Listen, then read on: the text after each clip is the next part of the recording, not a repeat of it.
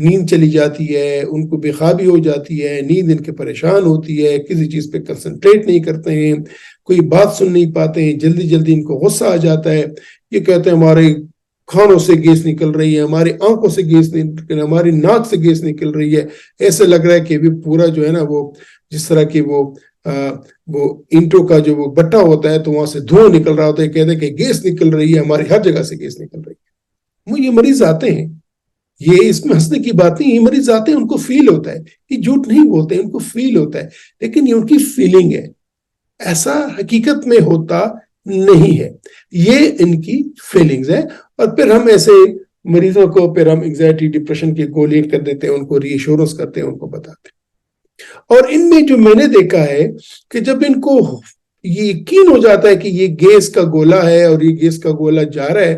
اگر آپ اس کو بتاؤ گے، آپ اس کو سمجھاؤ گے کہ نہیں یار آپ نے یہ بتائیں اس کو کہ نہیں جی ایسا نہیں ہے، یا غلط سوچ رہے ہیں، وہ کہتے ہیں کہ جی ڈاکٹر ہماری بیماری کو سمجھتا ہی نہیں ہے،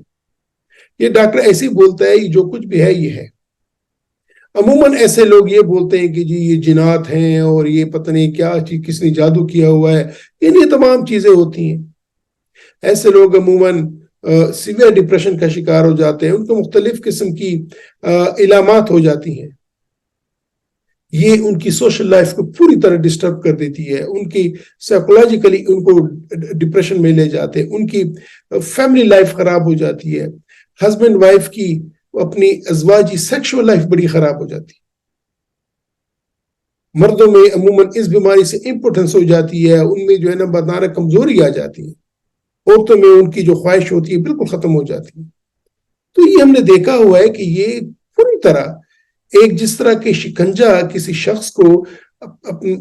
کسی چیز کو شکنجہ میں لے لے اور وہ پوری طرح اس کی گرفت میں آ جاتا ہے، یہ ان آئی بی ایس کے ان علامات میں ان کی پوری پرسنالٹی، ان کی پوری شخصیت شکنجے میں ان کو محسوس ہوتی ہے کہ اس نے مجھے شکنجے میں گھیرا ہوا ہے۔ یہ سیویئر ان کی فیلنگ ہوتی ہے، سیویئر ان کو یہ فیل ہوتا ہے کہ یہ ہمیں کسی نے مکمل طور پہ گھیرا ہوا ہے۔ تو یہ ایک شدید فارم ہوتی ہے آئی بی ایس کی، اور عموماً بہت سارے کونسلنگ چاہتی ہے، لانگ ٹرم سیشنز چاہتی ہے، مریضوں کو ضروری ہوتا ہے کہ مریضوں کو سنیں، ان کے ساتھ مقابلے پہ نہ آئے، ان کو فوراً نہ بولیں کہ جو آپ کو جو کچھ بول رہے ہیں آپ غلط بول رہے ہیں، آپ ان کو بولیں، آپ ہم سے کہتے ہیں کہ جی بس ٹھیک ہے یہ گیس کا گولا ہے، یہ نکل جائے گا، یہ ہو جائے گا، وہ ہو جائے گا، آئی مین دس از what they say، اور آپ نے اس کو بہت زیادہ نگیٹ نہیں کرنا، ان کو سمجھانے طریقے پہ۔ لیکن اگر آپ فوراً ہی بول دیں گے کہ نہیں جی یہ تو آپ بالکل غلط بول رہے ہیں، ایسا تو ممکن ہی نہیں ہے، آپ پاگل ہو گئے ہو، تو پھر وہ کہے گا جی ڈاکٹر پاگل ہو گئے، اس کو سمجھ نہیں آتی۔ تو یہ جو فیلنگ ہے کہ گیس کا گولا بدن میں پھر رہا ہے، سر کو جاتا ہے، ہاتھ پاؤں میں جاتا ہے، یہ ایک فیلنگ ہے۔ اور عموماً ان کو لوگوں کو لگتا ہے کہ گیس کا گولا یہاں پہ خوراک کی نالی میں پھنس گیا ہے، اس کو گلوبس فیلنگ بولتے ہیں۔ تو یہ ایک فیلنگز ہیں ان کو، جس کو سومیٹائزیشن ہوتی ہے، ان کو ایک چیز لگتی ہے، لیکن ایسا ہوتا نہیں ہے۔ تو جن اشخاص میں بھی آئی بی ایس کے مریضوں میں گیس کا گولا بدن میں پھر رہا ہوتا ہے، وہ سیویئر انگزائٹی ڈپریشن کا شکار ہوتے ہیں، اور وہ پھر اس گیس کے گولے کی اپنی اپنی تعویل، اپنے اپنے ایکسپلینیشن لیتے ہیں، اور اس کے مطابق پھر وہ ماننے کے لیے تیار بھی نہیں ہوتے۔ لیکن دیز آر ڈیفیکلٹ پیشنٹس، لیکن جب آپ اس کی انشورنس کریں گے، ان کے ڈپریشن کو آپ تھوڑا سا ایڈریس کریں گے، میڈیکیشن کریں گے، تو پھر ایسے مریض اللہ تعالیٰ کی مدد سے الحمدللہ ٹھیک ہو جاتے ہیں۔ تو ناظرین، آج جو پوائنٹ آپ کو بتا رہا تھا کہ آئی بی ایس کے مریضوں میں گیس کا گولا کیوں بنتا ہے اور کیسے دماغ کو چڑھتا ہے، کیوں دماغ کو چڑھتا ہے، امید ہے کہ آپ کو اس بات کی سمجھ آ گئی ہوگی۔ تو اگر خدا نخواستہ آپ کو یا آپ کے کسی رشتہ دار کو، آپ کسی دوست کو گیس کا گولا ہے اور پھر رہا ہے، تو آپ تسلی رکھیے گا، ایسی کوئی چیز نہیں ہے کہ وہ بدن میں پھر رہا ہوتی ہے، ہاں یہ آپ کی فیلنگز ہوتی ہیں، لیکن اگر آپ کی فیلنگز ہیں تو اس کا علاج چاہیے، اس کی انشورنس چاہیے، اور وہ آپ کا ڈاکٹر آپ کے لیے کرتا ہے۔